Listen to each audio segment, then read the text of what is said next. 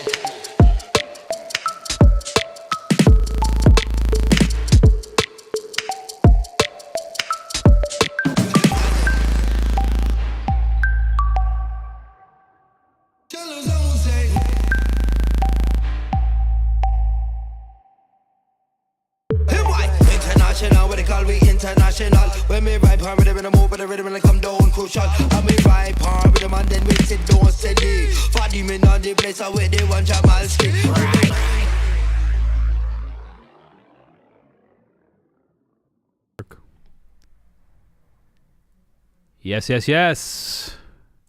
What is up, everybody? Can you hear me? Joshua Casper back at you. Plugin Boutique, dev.stream style. People are tuning in. Liverpool, South Africa, the Philippines, Poland, Sweden, South Korea. Wow, we are worldwide. Once again, Estonia. Mic check. Let me know. It's a little bit of a delay, but I just want to make sure you can hear me before I begin to ramble. Scotland, Australia, 4 a.m. Well done for waking up and tuning in. USA, that's it. Come on, chat. Let me know you can hear me. No one's letting me know. Got Connor coming in. Hopefully. All sounds good. All right. Yep. Cool. All right. Welcome to the first stream of today. We actually got 2 streams lined up. I just wanted to jump on and let you know about it just in case you missed it. Scalar EQ just got its first update. Includes key switching and sidechain input. And it's available now if you already own Scalar EQ. It's a free update for you. If you don't, check it out because it's pretty cool. David Carbone will be doing a takeover later this evening after this stream. He will start at 8 p.m. UK time and go for about an hour to not only discuss the new features of Scalar EQ, but a sneak preview of Scalar 2.9. So it's going to be an action-packed one. Dave is always great on stream. We love to have him, and we'd love for you to join us there in a little bit. But first, we're going to be talking about Trash. Just dropped. It's an iconic saturation distortion plugin.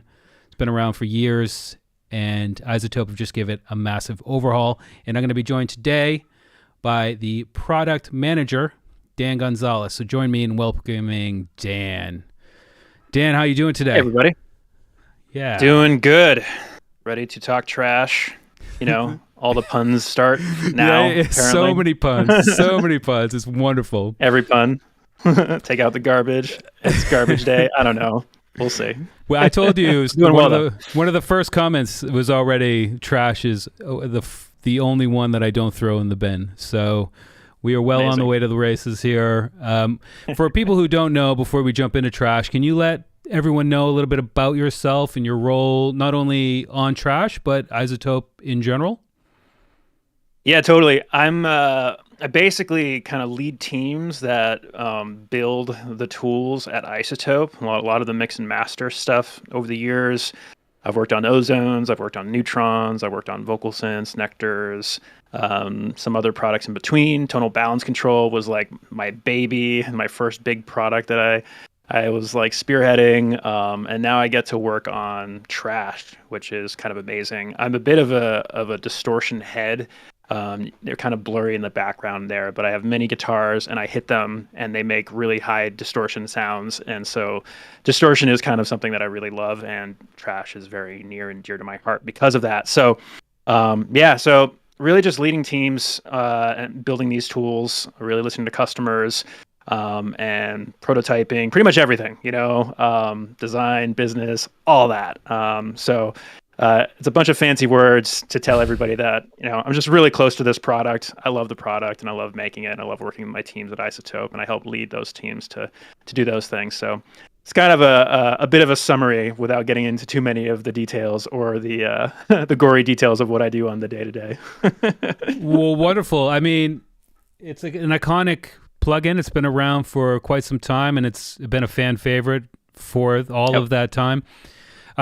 Am I correct in all of the algorithms from Trash 2 are in this one, or is that? Did you tell me that? Yeah.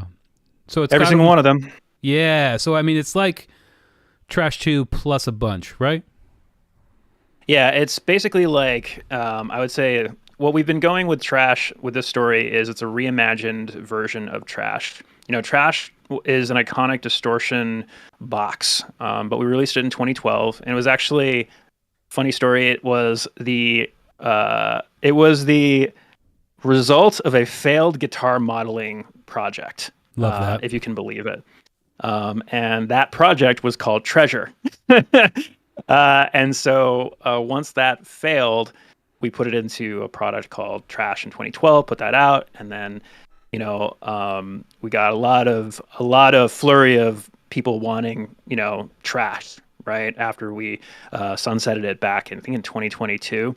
And so our job was to find the parts of trash that really make it special, that really make it shine, and bring it into kind of modern plugin design. And one thing that I noticed while I was kind of like talking to customers about their use of trash was that they just love finding new crazy sounds with this thing. And so a lot of the experiences that we designed for this tool are primarily focused on like finding wild new sounds. And I'm going to show you some of that today because I've got the product up, and I've got some loops ready to show you how like the randomization and the blending and all of that, pretty powerful in finding new stuff, especially if you're like stuck in that like inspiration searching mode.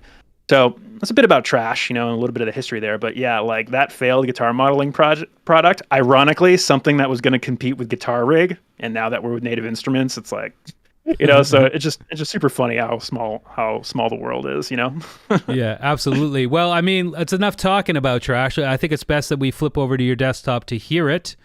While I'm doing that, I've been authorized by the good people at iZotope to give away a few copies of trash. And the way we do that, Dan, just to let you know, is just like the last time you graced us with your presence here on the dev stream, is we just ask people to be positive and active in the chat. You can just answer questions if you see them. You can @ Plugin Boutique with questions of your own, and either Dan or myself will get them answered here live on the stream. And everybody who chats is entered to win, and we will pick a few random lucky people at the end to give a copy of this wonderful plugin to. So at Plugin Boutique with your questions, so we can, that just highlights the question so we can get them answered on the stream. My friend Connor will send them to me and we'll get them answered. But Dan, that's enough of me yapping. Let's hear trash in action. Totally. All right, we've got trash, basura, if you'll see that in the serial number, which is pretty funny. This is the, I would say, reimagined version of trash. So what I want to do today is talk all of you through like how it works, how it's broken down, how it differs from our typical plugin design, and obviously just like destroy some stuff today with you on the call, and just have lots of fun with this tool. So yeah, why don't we just like kind of hop into it? So let's start by just pulling up this loop here.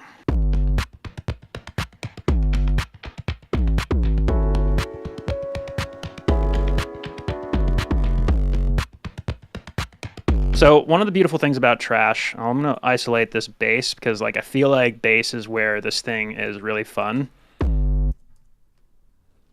We got trash up and running, right? And the cool thing about this product is that we've got a lot of bells and whistles in here that help you get to starting points pretty quickly. Similar to actually some of our assistants and other products. But my favorite thing to do in trash is really just like throw it on, turn up the drive, and start randomizing this XY pad inside the trash module. The basic interface is, I'm going to go into a bit of the tour of the interface, but you can start to get a sense of how to start using this thing just by turning up the drive, making sure your mix is right, and start flipping through presets.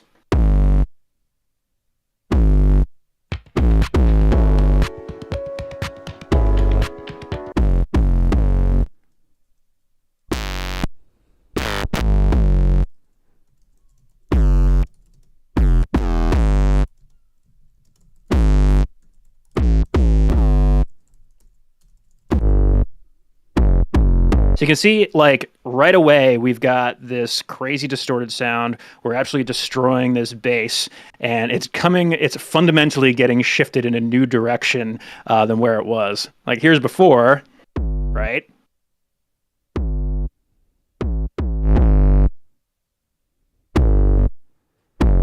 So the way trash is broken down is it's a multiband distortion box.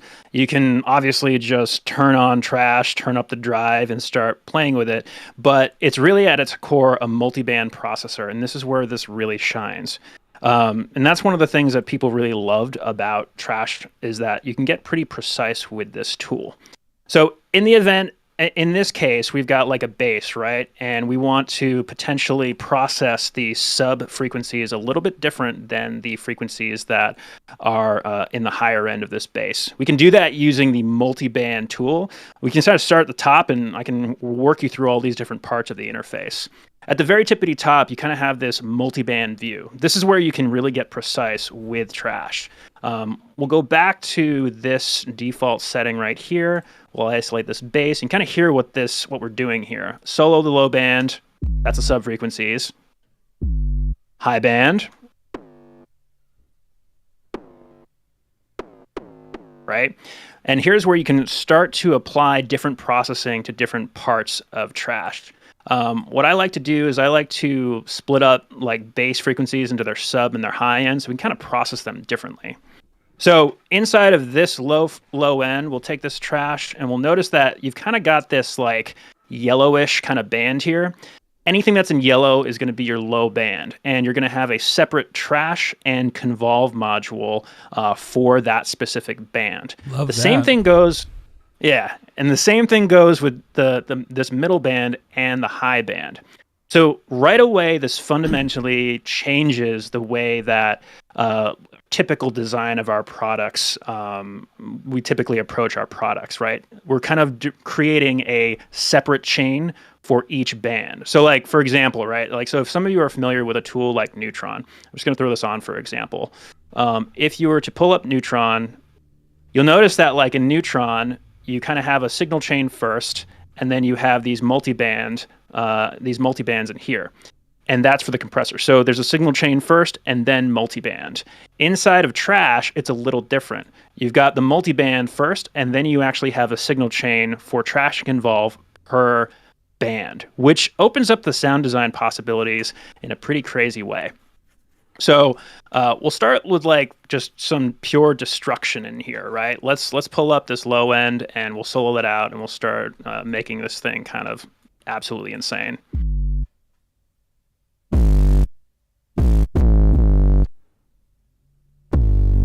What is the random doing exactly? What is it randomizing? Yeah, so I should have gone through that. So before I started clicking it, basically we've got this new layout for our modules, specifically this kind of XY pad layout and this kind of control section. The premise of this is that you kind of got 4 different distortion types in each corner. And each corner represents 100% blend or 100% wet of those distortion types. When it's in the center, it's kind of a blend of all 4. We've introduced this idea of having a different distortion type per corner, and then we've introduced a randomize button, a roll the dice button, that allows you to randomly select from those lists of distortion types. So earlier when you were asking, Joshua, are all the wave shapes in here? Yes, and the wave shapes, each corner has 69 different wave shapes in it. You can see them all in here. And when you hit this randomize, it actually will just randomly select one of those 69 wave shapes per corner. So at any given point, you are flying through just 4 different blended flavors of wave shapes. Or, if you want, you can blend between 2, you can go up to 1 in the corner, or you can dive into a specific menu and start randomly selecting through that one as well. So immediately you get to a point where you're kind of just trying to skirt that writer's block, that kind of inspiration moment, by just rolling the dice and seeing what you get. So that's kind of how that works, and it's actually pretty fun. Does the random change the position of the mix control there, the parameter that mixes between the 4, or is it just strictly changing whatever the 4 corners there?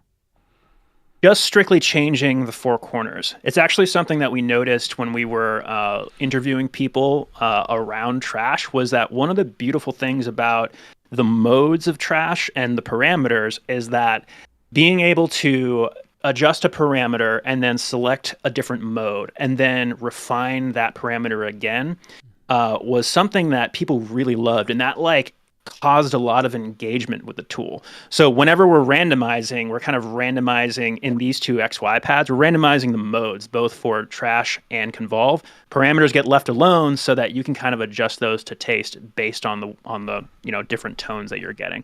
Understood. So it's pretty powerful. It's a little different than global presets where everything changes, right? Which is. But you have one of those at the top too, don't you? Like a global randomizer, it looks like.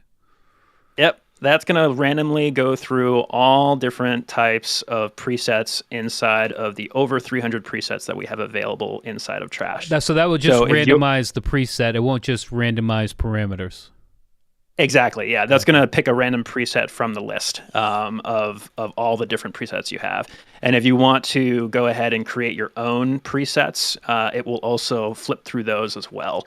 That's how we implemented that. So yeah, you can pretty much just randomize to your heart's content.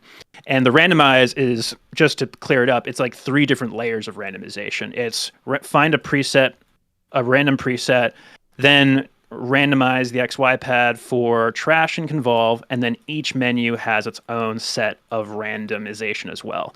So if you're just in the mood to just find something new, I don't even know what this sounds like. Let's see what it sounds like. Right? There we go. Yeah. Just a random sound. It's that's usable. I could probably use that on something, That's the beauty of what we've done with this tool that I think is really fun and a lot quicker than having to dive through menus to get to a sound, Sure. More inspirational, I think, too. Totally. Yeah. So let me pull up a clean, let me go back to my. Yeah, I totally had you mess up. No, it's fine, dude. No, it's fine. Totally fine. No, not at all. I'm actually way into it. So if we pull up Trash, get this bass going. There we go. That's pretty usable at this point. Turn up the mix. Yeah, something ugly like that. We'll go over to the high band. Let's find a sound for that. Ooh. Yummy. So that's a little different, right? There's what it was. So it's pretty angry. I like that. The angry sound of Trash is very, very obvious there. In the multiband, you can adjust the output gain of the two bands. So you can kind of, while you're kind of adjusting your crossovers, you can actually adjust the output gain level of the crossover. So you can see there, like the high band was just a little bit too epic, so I dropped that. So I balanced the low end and the high end. And then inside of the trash module, you've got a drive control, you've got a tilt control, a center frequency control, and a mix control. And then we kind of talked about the XY pad, but there's a couple other bells and whistles in here too that I'm going to get into as well, which is our modulation.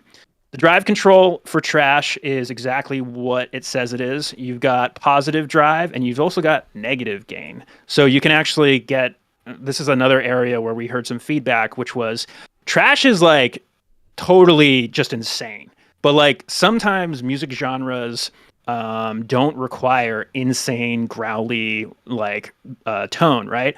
So we kind of did we took some parameters. We kind of introduced the idea of like just getting a more subtleness out of trash. So you can not only go super, super aggressive with it, but you can also go pretty subtle with it as well.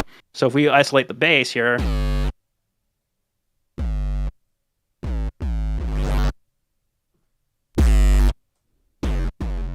so it's actually adding a little bit more subtlety. I think these are some crunchy taco, straight fuzz, and soft taco are kind of insane wave shapes. So it's not as subtle as I would expect it to be.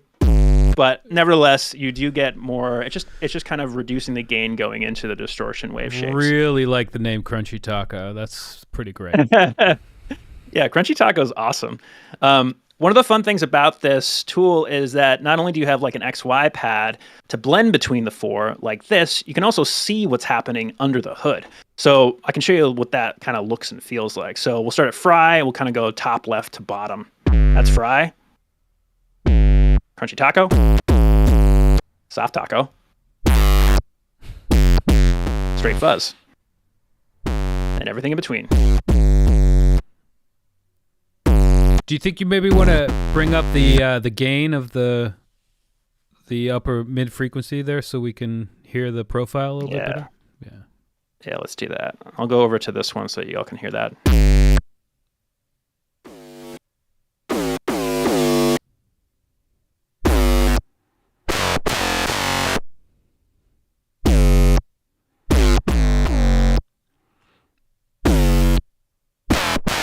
That one really gets rid of the low end there.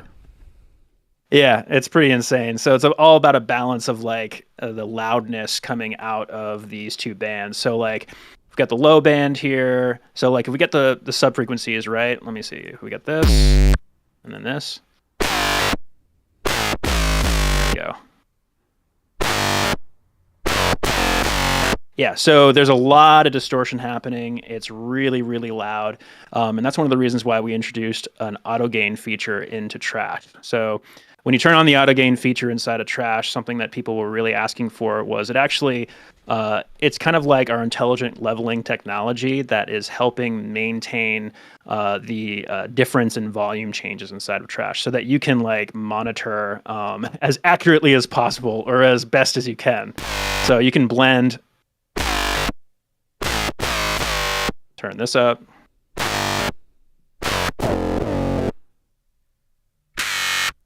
It's doing a really good job. Between these. Yeah. Is that the same tech that was, I think, was introduced in the latest Nectar? Yeah, it's a very similar technology, actually. Yeah, it's very similar technology. We kind of are leveraging our DSP to its fullest. And in that case, Nectar's auto leveler was leveling towards a certain target. In this case, it's maintaining, the input and output values as close as possible so that you can always have you can evaluate level or you're not influenced by level changes.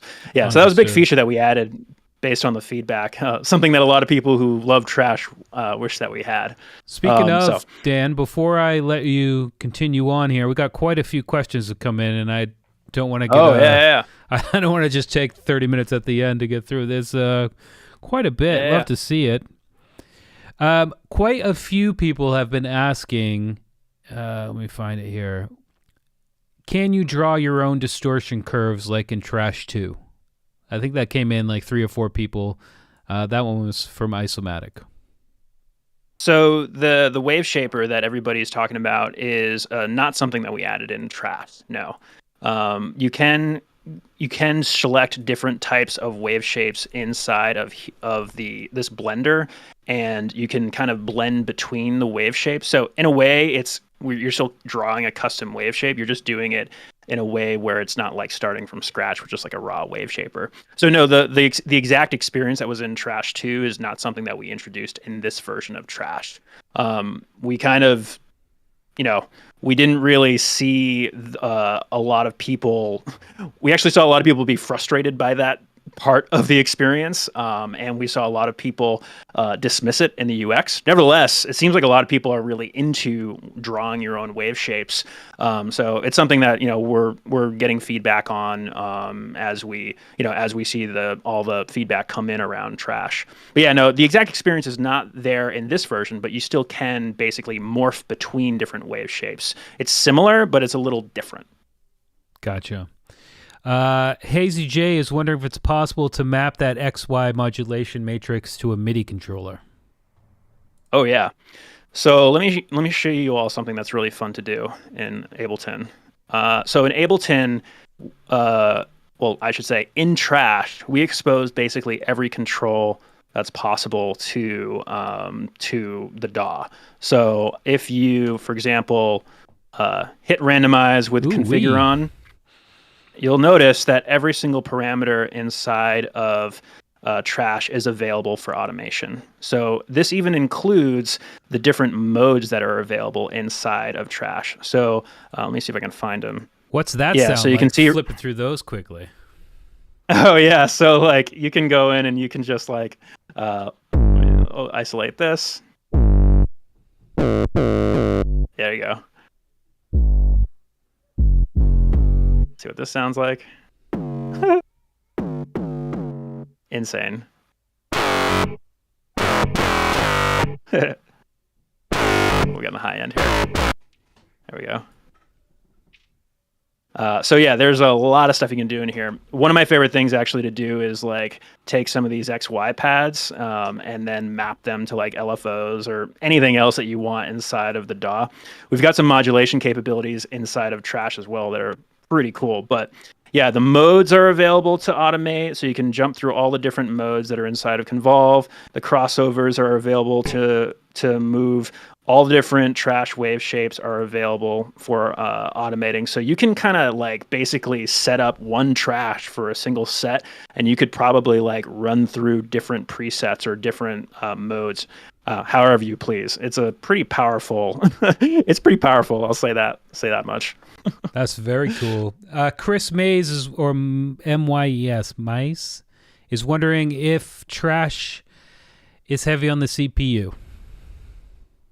I think it's pretty okay for where it's at. For running, what we're doing here is we're running 4 different wave shapes per band and 4 different impulse responses per band. It's surprisingly lower in CPU than I would expect. I say it's comparable to a lot of other distortion tools out there. It's a little bit heavier because we are running like a lot of DSP simultaneously inside of the tool. Nevertheless, it is zero latency. So like there's some trade-offs there with like CPU performance and latency. We made it 100% like zero latency. You can see it right in here in Ableton. We're reporting 0 samples. So you can actually do a lot of performance stuff with this. You can sing into it, play guitar, depending on how heavy your session is. But latency, 0, CPU, it's a little high, but you can run. We haven't really seen a lot of issues with people running at pretty low buffer sizes. All of our beta testers were reporting like going as low as like 128 or even like 64 in some use cases, especially on the modern systems.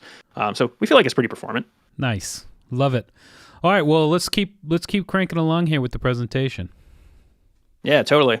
So let me go in and we'll start having some fun with the Convolver in here. I'm actually going to find a different loop in here. Let me just pull up this loop. While you're pulling that up, can you just give us a general idea of what a Convolver is in general? Yeah, totally. Oop, that was the wrong thing. So convolution, that's what it stands for.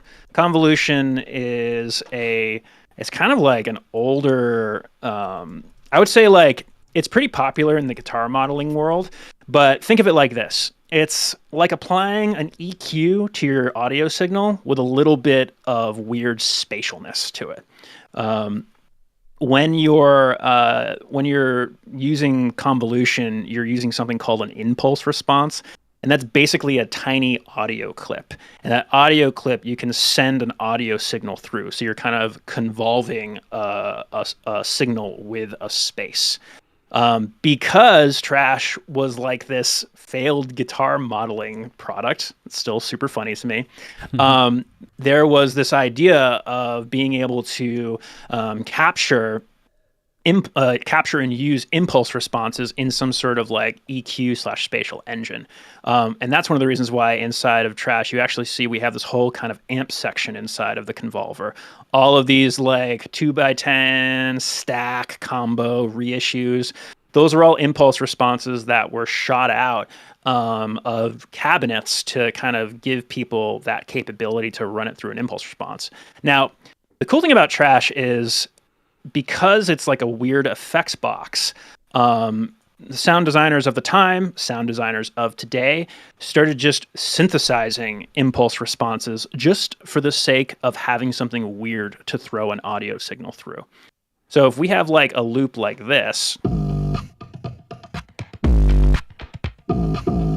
you kind of can basically pick between 4 different parallel impulse responses from the massive list of impulse responses and sounds that are available in Trash. So you can go from specific tones like upper rust or sharp,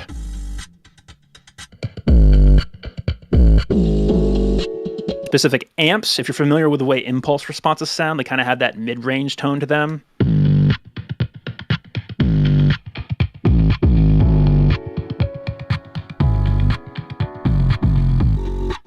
We have these effects, which were I believe these come from one of the expansion packs back in the day. These are kind of wild. They're a little bit longer in their shape, but something to note is that like this little view that you have behind the XY pad, that is the actual linear curve of the impulse response that's loaded and or the blend of the impulse responses that you have available inside currently loaded. So as you kind of flip through the different impulse responses, you can actually see this little linear impulse response curve change and ebb and flow over time. So it gives you an idea of like what the impulse response looks like linearly. And even inside of each tone, you can see that there's this little icon associated with each one. For example, Area 51, you can kind of see it's got its own weird little shape here.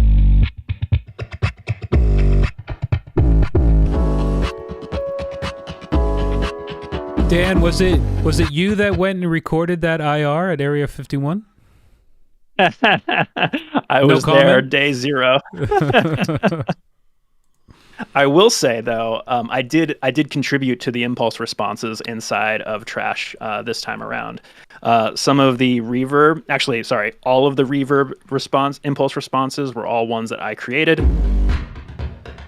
That's actually a good segue. Drummatics is wondering if you can import your own IRs into the engine. You totally can. So inside of the custom section, you have a custom area. You can take a small audio clip like that, or a vocal clip, and you can just throw that right into the track. So here's that random clap with some reverb on it. You want to get really wild and start doing strange stuff. I don't know what this is going to sound like. It's going to sound weird though. That's nightmare fuel. Yeah, it's a little crazy. So you can import your own. You can only do one at a time, or? For now, we can only do one at a time. Obviously, it looks like you can do more, but you can do each preset can save a custom IR, so you can save out a preset, change it out, recall it. We are going to try and expand this capability in the future. We just don't have enough time to add the entirety of the custom library that is available. One at a time for now. But we're going to we were going to try and expand that in the future because it's something that obviously has a lot of sound design potential. But yeah, you can go in there and you can basically record and throw anything in there. It'll grab the first like few seconds of audio, and then it will just use that as its convolution space. So yeah, as you said, this is nightmare fuel. Pretty strange stuff. The another question came in from Timothy, who, how did you get the username Timothy? That's awesome. But they're wondering if there's a length requirement or a length max for the imported sound.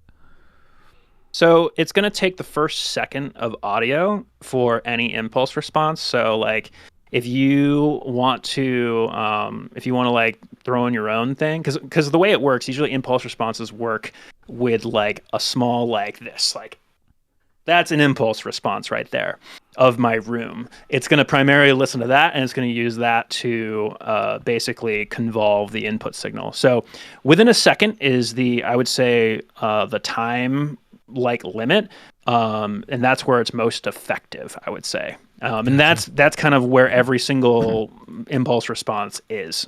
They're all kind of within a second. Cool. One last question, and that will clean out the questions for now. Keep the questions coming, by the way, at Plugin Boutique with those. We'll get them answered here on the stream. If you're just tuning in, welcome. Be on time next time. We're going to be giving away a few copies of Trash today, so be active in the chat and be positive. Be a nice person, and you might be a winner today.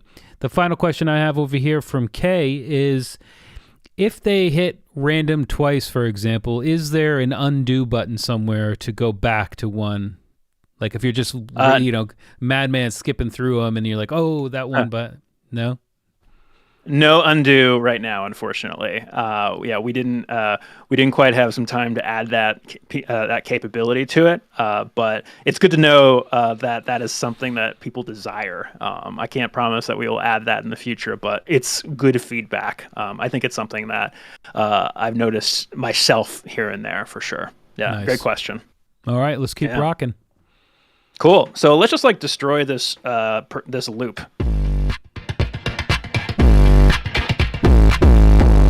So as I was saying before, the whole coolness about Trash is it's got this kind of like separate signal chain per band. Oops, where did that go? There it is.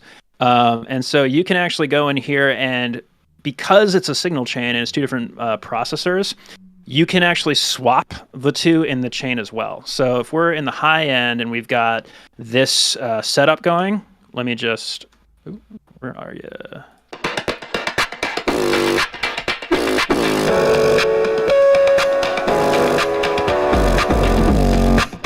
We can now swap this. Oops, sorry.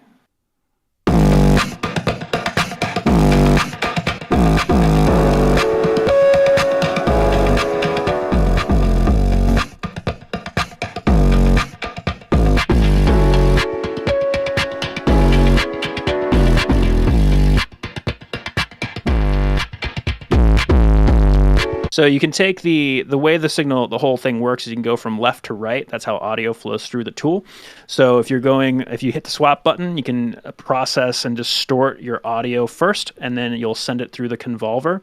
If you hit the swap button again, it'll switch the Convolver to be first in the chain, and so then you're distorting your signal after the fact. Ooh-wee.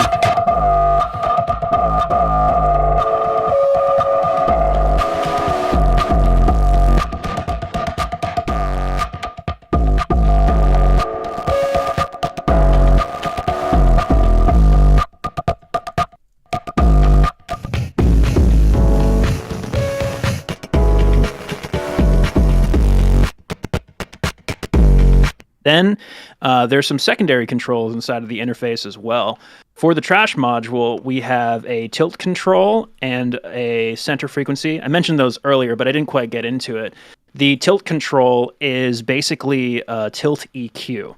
Something that we noticed about trash was that there's some filtering and some EQ options in and outside of the trash module.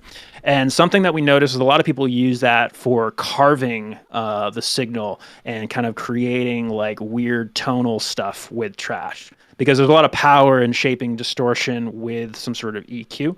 So the EQ, so what we've done is we've kind of simplified the EQ into a simple tilt control where when you turn up the tilt control, everything that's above the center frequency boosts and everything below the center frequency gets cut, and vice versa. Everything when you turn tilt down, the low end will get boosted and the high end will actually start to get cut. So you can get some pretty wild sounds with this.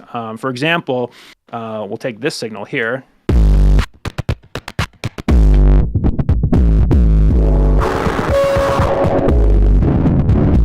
Turn on that.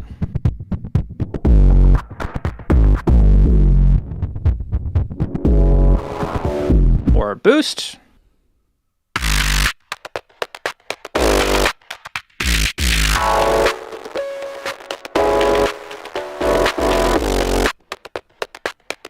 So it's a pretty powerful way to shape your audio.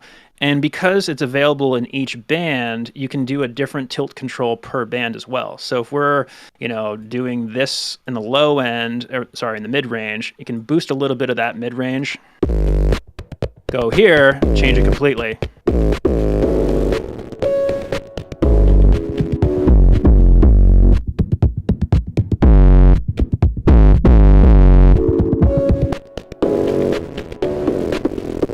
So yeah, it's absolute trash, the way we do, which is pretty funny. Easy with the trash talk. Someone just said in the chat. Yeah. The next area of control, secondary control, is in the Convolve module. We have these two secondary controls. Pretty straightforward, actually. The convolution engine is like a spatial tool, so you can increase the stereo image of your audio. So we can go from like this loop being like fairly, stereo where it is. We can increase the stereo width of that.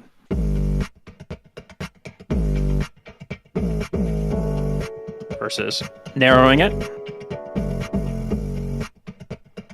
And then we also have a stereoize function, which is taking kind of the mid information and it is adding it to the side. So you're kind of adding more weird spatialness to this.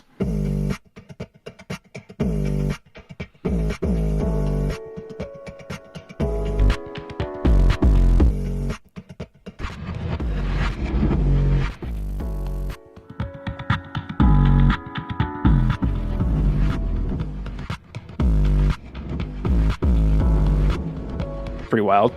That's one of the reverse reverbs that I made getting triggered right now. I wanted to add some like new capabilities to trash, and one of the things that I realized was that like it has a convolve engine and a convolution engine, but it doesn't have any reverbs, ironically. So I made it a goal to go in and start creating some like actual like shoot out some reverbs for trash. So we got some drum reverbs. But then, as I found out, it's pretty easy to manipulate IRs because literally we make RX. So you can take those IRs and they're all reversed as well.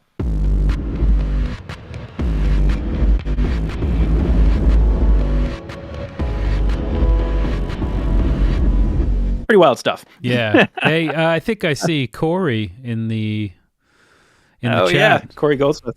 Shout out Corey Goldsmith. Yeah, there he is. Yeah, Corey's our lead engineer / tech lead on Trash.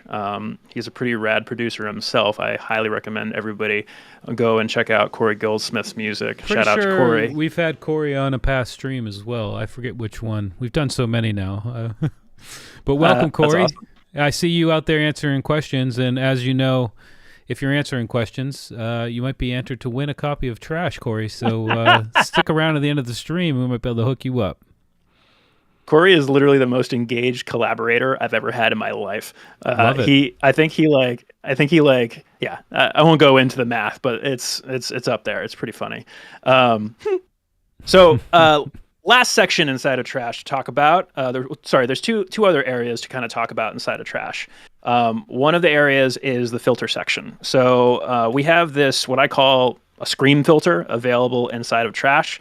There's a very specific reason why it is called that. That's because it kind of screams at you if you want it to.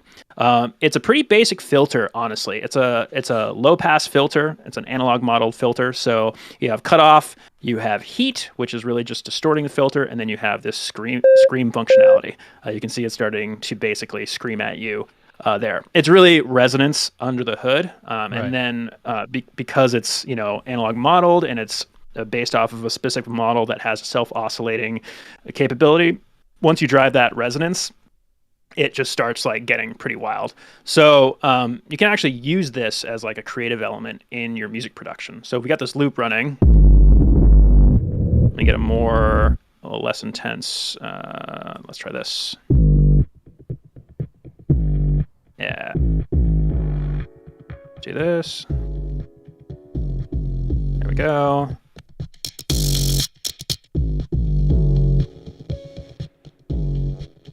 Ooh, yummy. So.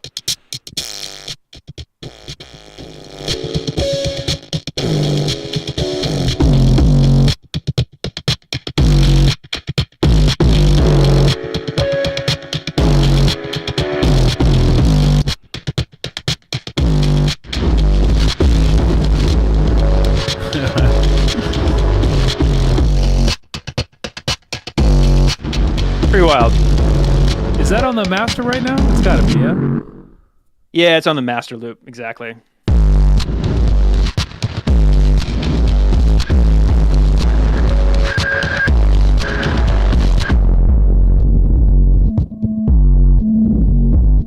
Is it coming in? Is it like using... It feels like it's coming in when there's a lull, like the gain is... Does it like have a threshold or something that when it comes in, or? So because it's a self-oscillating filter, once you get to about like 2.6, based on where you are, it starts self-oscillating. So if you start pushing this, you'll start to hear.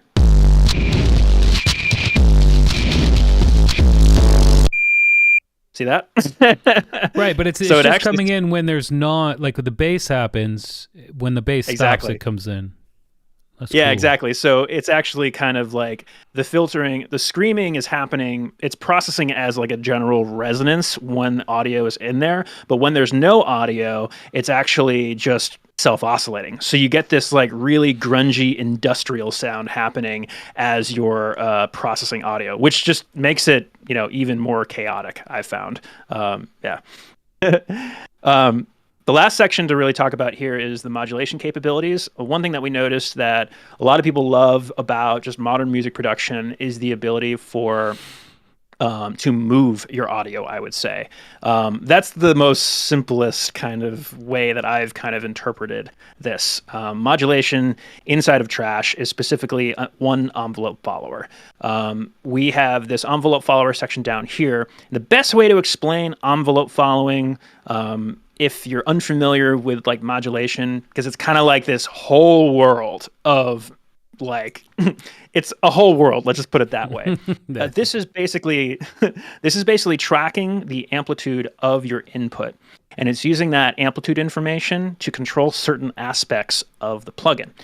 So that's why you see like when you see those like, I don't know, you see like Richard Devine on his like Instagram patching things everywhere. He's synthesizing audio, but he's also like adding control elements to his audio to make it ebb and flow and move.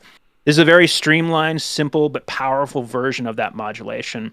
And because it's a distortion tool, we wanted to add this to give people the ability to add a little bit more movement to their signal. So the way it works is you have this global panel down here on the left.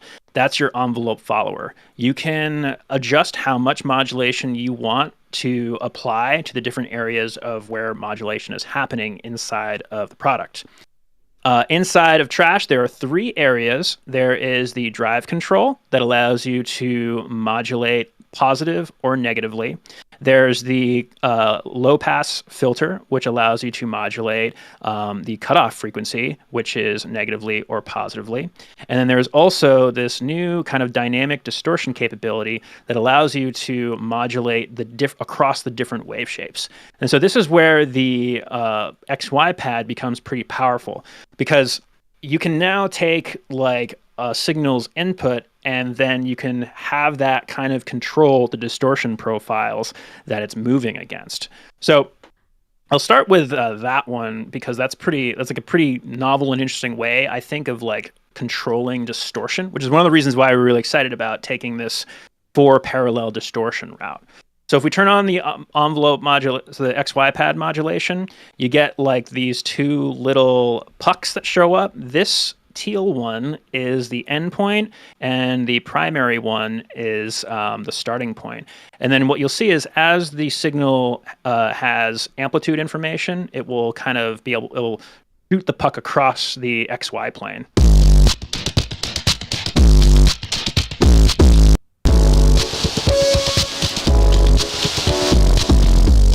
You can slow that down with attack and release. So I can do a longer release, short attack. I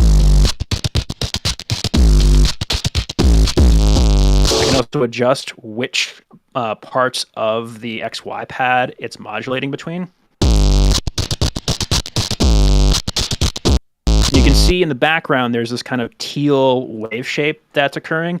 That's actually the non-linear wave shape of trash. So it's a wave shaping distortion, so it's mapping kind of the input to a different output based on the shape that's inside of this distortion. And because we're blending between one starting point and an end point, we're metering how that is changing over time. Something I like doing is setting up the envelope modulation pretty quickly, and then just driving it and randomizing through the different distortion profiles.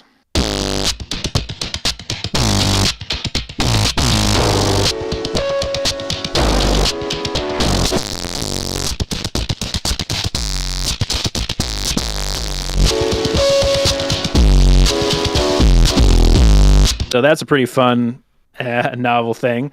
The drive control is also, you can do positive or negative modulation. So if you want to, say, set drive to its starting point, have it drive positively, we can do that as well.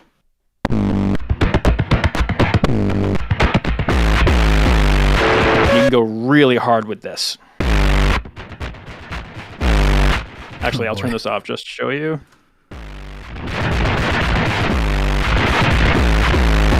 So like, because we're clipping the modulation, technically the drive control is going around the drive one more time, possibly a few more times. Corey could actually probably tell you how many times it goes around drive once you start clipping that. How many times it's it goes around, Corey? It's like probably 3 times. It's pretty funny. And what's fun about this is, oh, go ahead. Sorry. I was just going to say, like, I like that the modulation is super simple. Like, it's, yep. You know what I mean? You don't have to finick with a lot. It's just totally. any mappable parameters there. You put as much as you want on it. It just like simplifies and gets you where you want to be very quickly. I dig it. Yeah. It's like, we looked at modern modulation systems, and like, I don't know, for me, like, I kind of get shut down when I have to look at what's basically a virtual patch bay, Yeah. And I'm just like, oh my God. Like, it's kind of like the software that you get with your audio interface. Like, it's just like, here's your inputs, here's your outputs, good luck. Like that's just the way I feel about some of these modulation systems, which honestly, there's a place for that, because like those are where you get like self-evolving, compositional stuff. But for a tool like Trash, you're trying to get something really fun and really, really quickly. So we figured, like, let's put it in the places where you're really going to get some power out of this. And so Drive, the XY pad modulation, and the cutoff frequency is where a lot of that movement is coming from. So, like, for example, if we wanted to do some negative modulation, we could do that as well with Trash or the Drive control. So turn this up, and this is where, like, you're introducing distortion, and then you're removing it as the signal gets louder.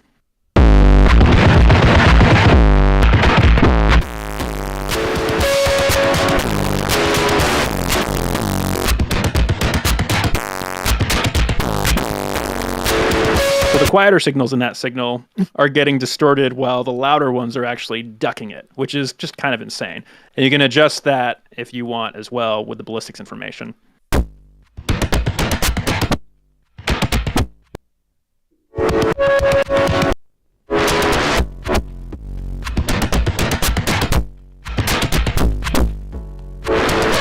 Might be a little bit insane because the balance of the low end in this loop is pretty off, but you kind of get the picture. You're kind of changing and controlling the way the signal, is the way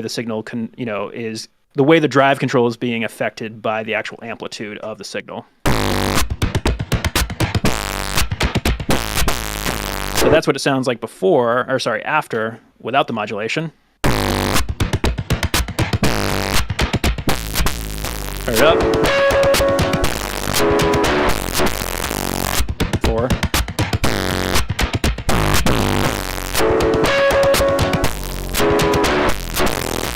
So it distorts pretty hard. It goes harder than I thought it would, but it's because it's really fun. And lastly, obviously, the cutoff frequency is pretty powerful as well. So if you want to use that, you can also modulate based on that. So we can do some positive modulation or maybe a little bit of this.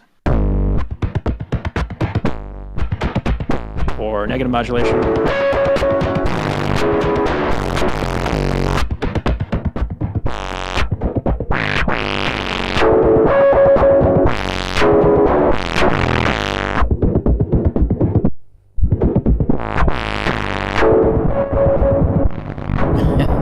it's just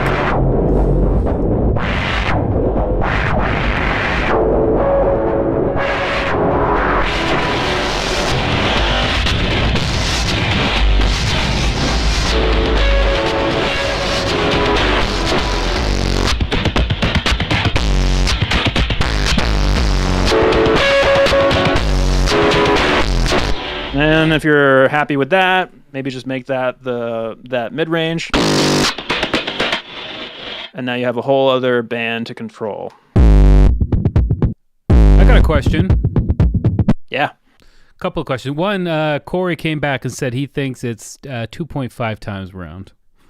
And 2.5 rotations around the Earth. Yeah. When you pull in a new band, what are where are the settings? Is there a default position is everything clean? Because you just pulled in the band there, and there are already settings applied to that new band. So I'm just wondering if that's the way it would always be. I can't remember. Yeah, there's no copy and paste for bands, so you may have to start from scratch each time you pull in a new band. I think it might be our defaults that are getting loaded. I can't remember, Corey can answer or not, if we've added the behavior where it's just copying from the middle band when you add a band. It's one of those. I think it's probably a little bit more work in the version that I'm using right now to rebuild from scratch. Nevertheless, we start you off with some good default settings so that you're always got something usable right away. Gotcha. I had a question for me. Yeah. I'm a big fan of saturation. Now, obviously, trash can go to the ends of the universe with distortion. Were there any presets for someone like me who's looking for a little more subtle, sort of in the mix, just to warm things up? Yeah, so we've got a whole subtle section here. Let me see how subtle that is. So we've got a bunch of presets inside of Trash that are, like I said, we have about 336 presets, I believe. So, and one of those containers is actually a whole section for subtlety. So if the music genre that you're working on doesn't require like burpy, gross distortion, you actually can fly through some of these subtle presets and get a sense of how trash can be used with a little bit more finesse, which I never thought I would say those words in my life in the same sentence. But yeah, so I can run through a few of the presets and show you what I mean with this.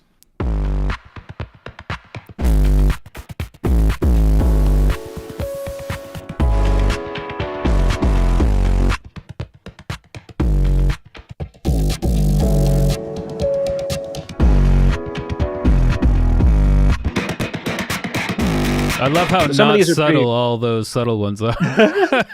Yeah. The best thing you can do with this is start to just really abuse the mix slider in here. Sure, yeah.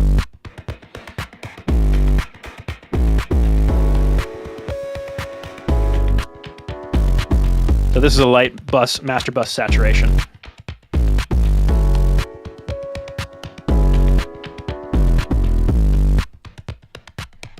One of the things that is an easy way to see if like you are about to destroy something or improve something is by taking a look at the wave shape that's loaded in the actual band.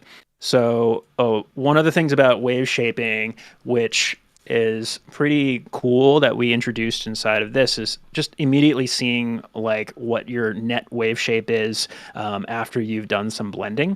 And so one of the things that's kind of prominent about wave shaping is like kind of the smoother or less dramatic the wave shape looks, the more subtle the distortion is going to be. So inside of our wave shape menu, when you look at all the different wave shapes, you can actually start to get a sense of like which ones are kind of insane and which ones are not. So like hot tin roof, for example, buzzsaw, hard limits, impaler, sign shaper is ridiculous.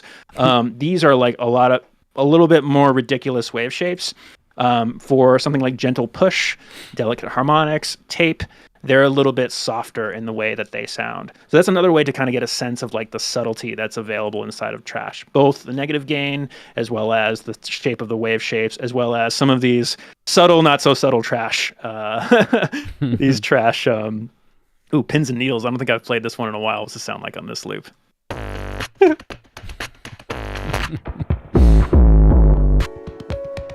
that was nice. Subtle, quote unquote. Speaking of presets, we even have some of because Trash is obviously not exactly one for one in features as the one from 2012.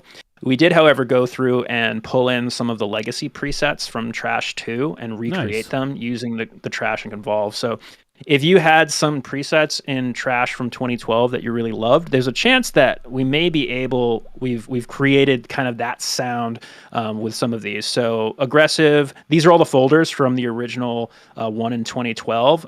Classic textures and edge were a part of the expansion packs that we added after 2012, but experimental, heavy, percussive, subtle, utility, and aggressive are part of stock presets that were available in the second version of Trash. So it's feel free to like explore and have fun, messing with those and saving your own. Corey's favorite preset didn't make it, unfortunately, so that's too bad.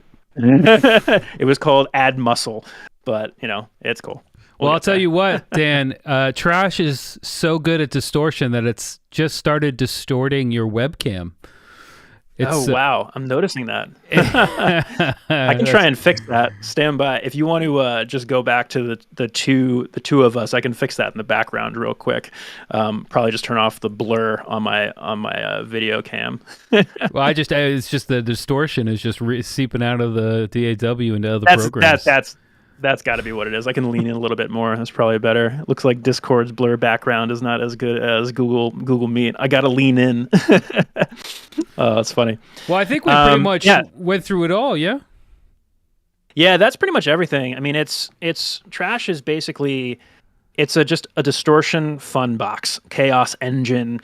I think my favorite quote that someone told me was talking about how Trash reminded them of their first synthesizer they got when they were like 13 years old and just messing with new weird sounds. And I feel like that's kind of what Trash has always been really good at. And so we made a new version of that, which just gets to the core of that sound pretty quickly.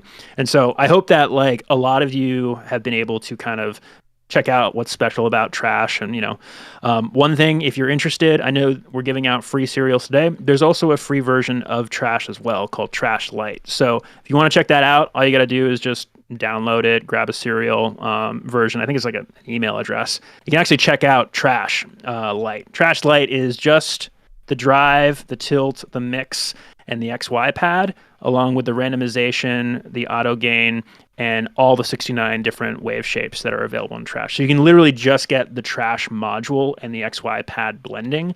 And then you can, if you get like the bigger, badder version, you get Multiband, you get Convolve, you get the modulation, you get the scream filter, all that stuff. So feel free to go check that out. It's a pretty fun tool. There's also an iPad version too.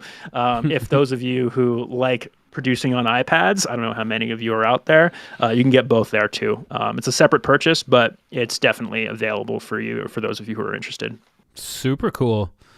Well, Dan, thank you so much for coming by today and showing us around Trash. It's been a pleasure. It is filthy in the best way possible. Yes, exactly. I'm happy to be here, Joshua. Thank you so much. Thanks, Corey, for popping by and answering some questions. I saw you in the chat. Appreciate you. We are going to do a giveaway. I'm going to give away 3 copies of Trash, and I'm going to let people take this last opportunity to enter to win by writing something in the chat in the next 30 seconds. And if you don't mind, I'll just remind people that I got another live stream today, 8 o'clock UK. That's in 2 hours' time with David Carbone with the Scalar EQ update and a sneak peek at Scalar 2.9. That's coming up in a couple of hours. So stick around, come back, grab a sandwich, whatever you got to do, and join me again. But Dan, it's always a pleasure to have you. You're incredibly insightful, and it's just awesome to see someone who knows deep down what a plugin is doing and can tell us in digestible morsels, us mortals, what's really going on, but behind the scenes on these plugins. I'm happy to be the translator between ones and zeros and customers, always and forever. We do a really great job. Thanks, so I'm just gonna give it 2 more seconds. This a little bit more of a lag today than normal. Huh. Strange. All right. So my friend Connor is going to send me some names, and the way this is going to work, I'm going to get 6 names. You're going to pick your favorite 3 numbers between 1 and 6, and those are going to be the winners of the copies of Trash. If your name is called, please email support@PluginBoutique with your name, what you won, and a screenshot of you logged in here on YouTube so we can get you sorted with your copy of Trash. All right. Names are coming in.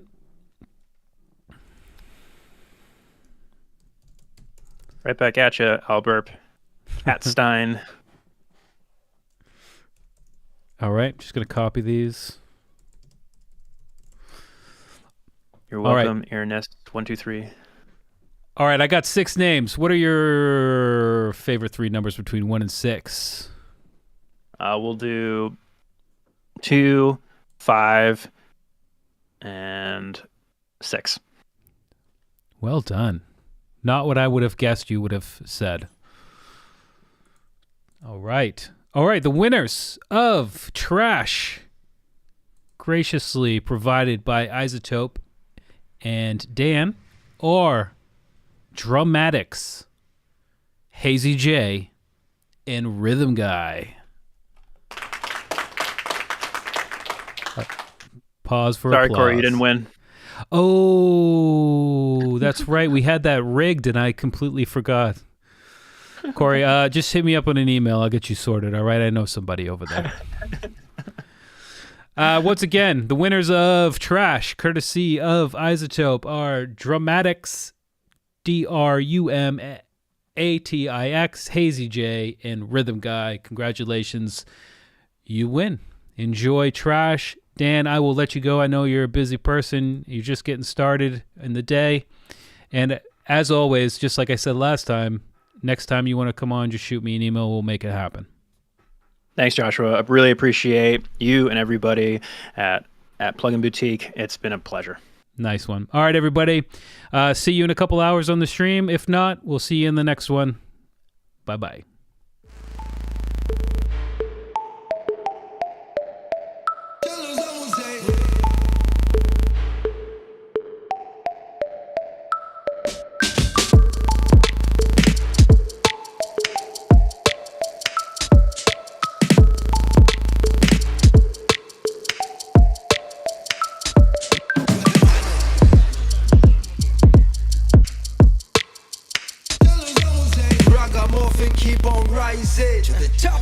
ragamuffin keeps driving in every way. Hey, why? International, what they call we international. When me ride palm rhythm in the move, but the rhythm when I come down crucial.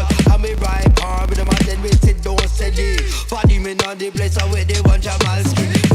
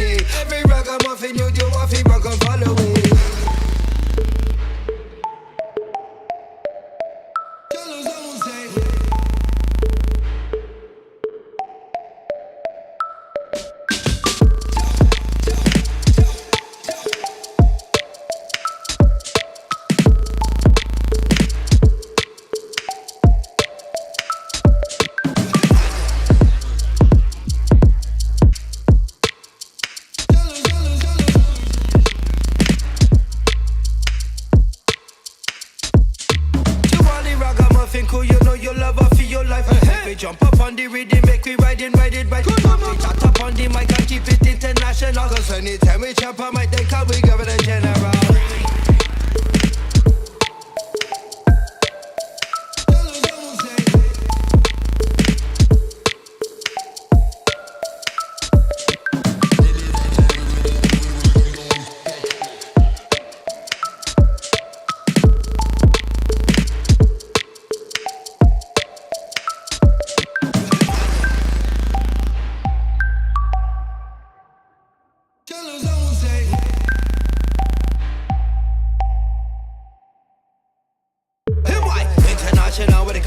International, when me ride palm rhythm in the move, but the rhythm when I come down crucial. And me ride palm rhythm and then we sit down steady. Body me on the place, I with the one Jamalski.